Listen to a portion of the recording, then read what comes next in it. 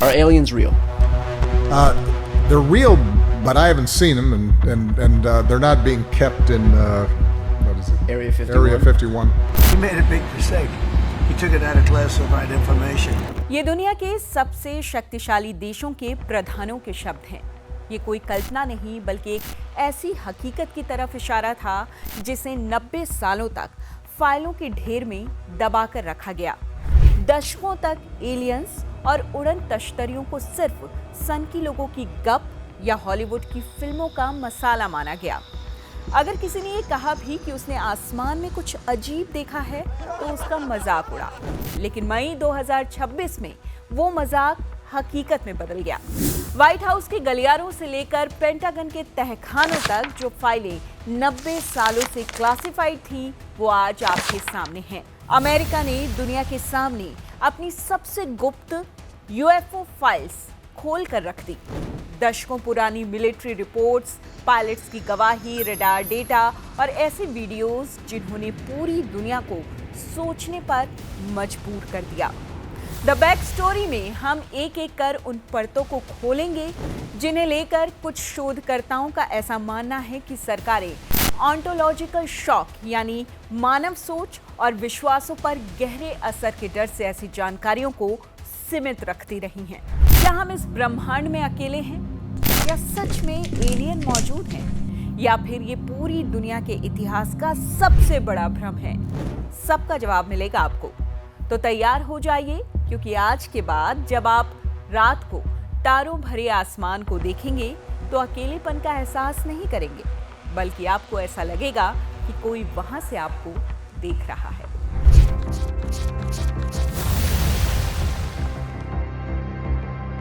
ज्यादातर लोग ऐसा सोचते हैं कि यूएफओ की कहानी 1947 के रोजवेल से शुरू हुई, लेकिन सच इससे 14 साल पुराना है। 13 जून 1933 उत्तरी इटली के आसमान से एक ऐसी चीज गिरी जिसने मुसोलिनी की रातों की नींद उड़ा कर रख दी। ये किसी भी ज्ञात विमान से बेहद अलग था। मुसोलिनी ने इसे टॉप सीक्रेट घोषित कर दिया और एक ग्रुप बनाया, कैबिनेट RS-33। इसमें रेडियो के पितामह मार्कोनी शामिल थे। कुछ डीक्लासिफाइड दावों और विसल ब्लोअर गवाहियों में ये कहा गया कि सेकेंड वर्ल्ड वॉर के अंत में अमेरिका ने कथित इस पूरे मलबे को अपने कब्जे में ले लिया। हालांकि इसका कोई पक्का सबूत अब तक सार्वजनिक नहीं किया गया है। ये मानवता का पहला एलियन टेक एनकाउंटर था। दशकों बाद यही घटना यूएफओ इतिहास की सबसे बड़ी बहस बन गई।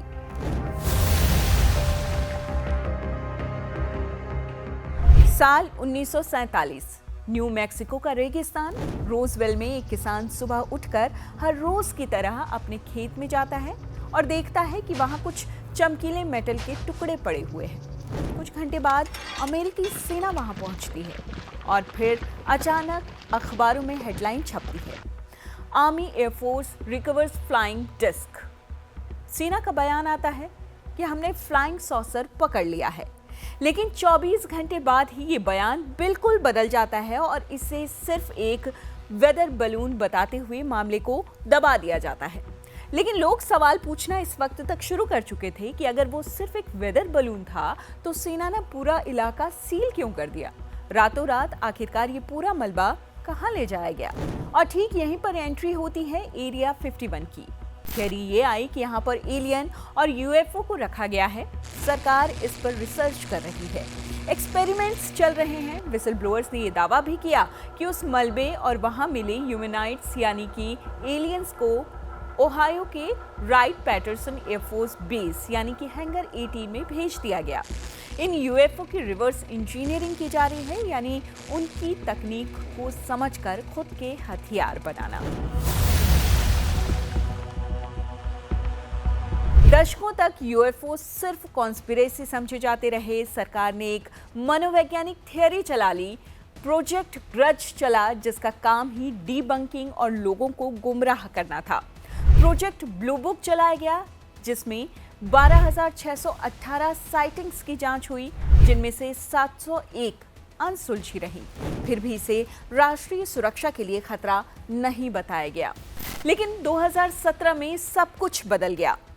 न्यूयॉर्क टाइम्स ने यह खुलासा किया कि पेंटागन सालों से एक गुप्त प्रोग्राम चला रहा है जिसका नाम था AATIP यानी advanced aerospace threat identification programme.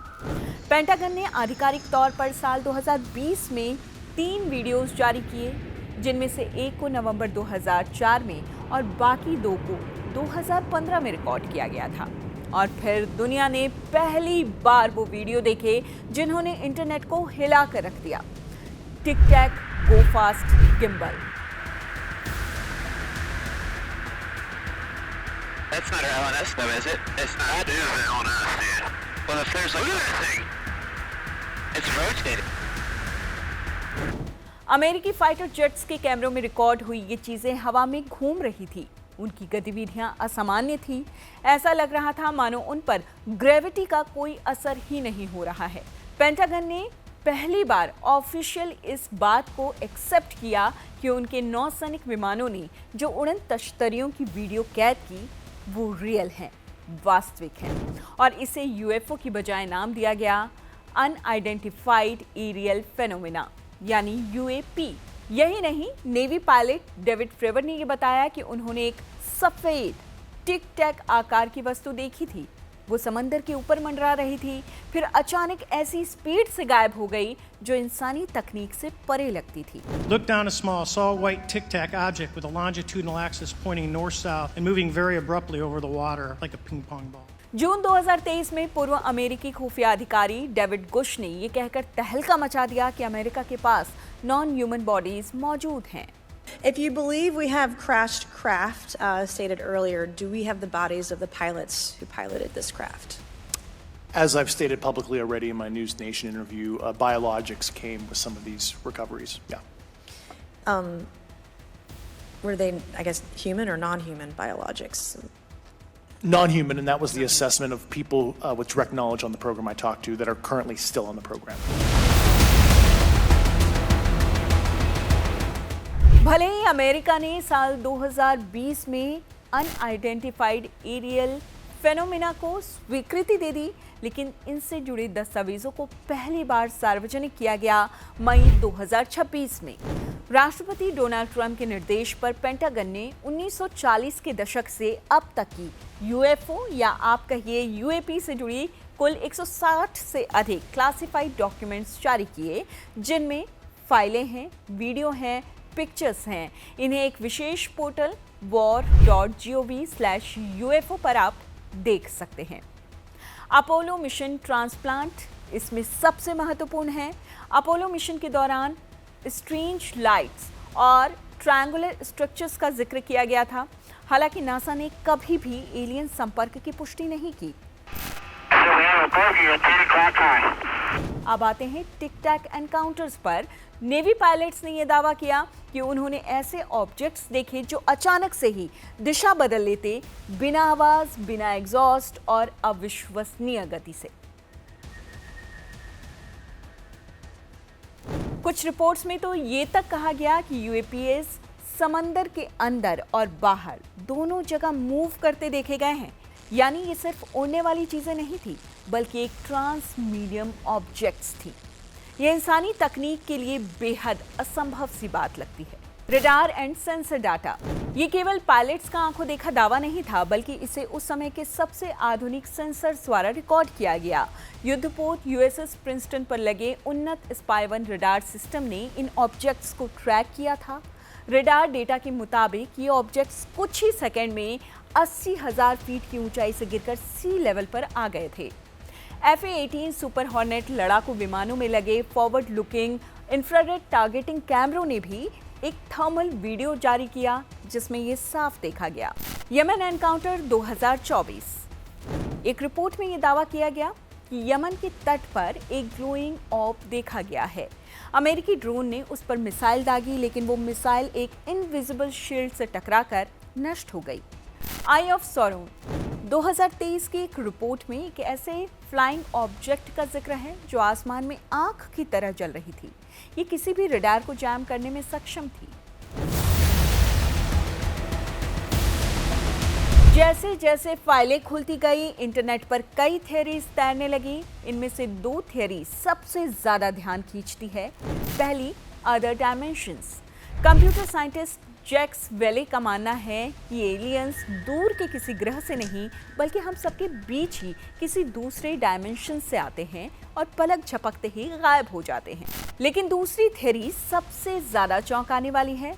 Doctor Michael masters कहते हैं कि एलियंस कोई और नहीं बल्कि भविष्य के इंसान हैं। वे टाइम ट्रेवल करके अपनी ही लीनिएज को स्टडी करने वापस आए हैं। उनका बड़ा सिर और बड़ी आंखें लाखों साल बाद होने वाले हमारे ही शारीरिक बदलावों का आईना है। 8 मई 2026 को जो फाइल्स जारी की गई वो सिर्फ एक ट्रेलर है। असली सच्चाई तो अब भी उन ब्लैक प्रोग्राम्स में बंद है जिन्हें अमेरिकी सरकार भी पूरी तरह कंट्रोल नहीं करती।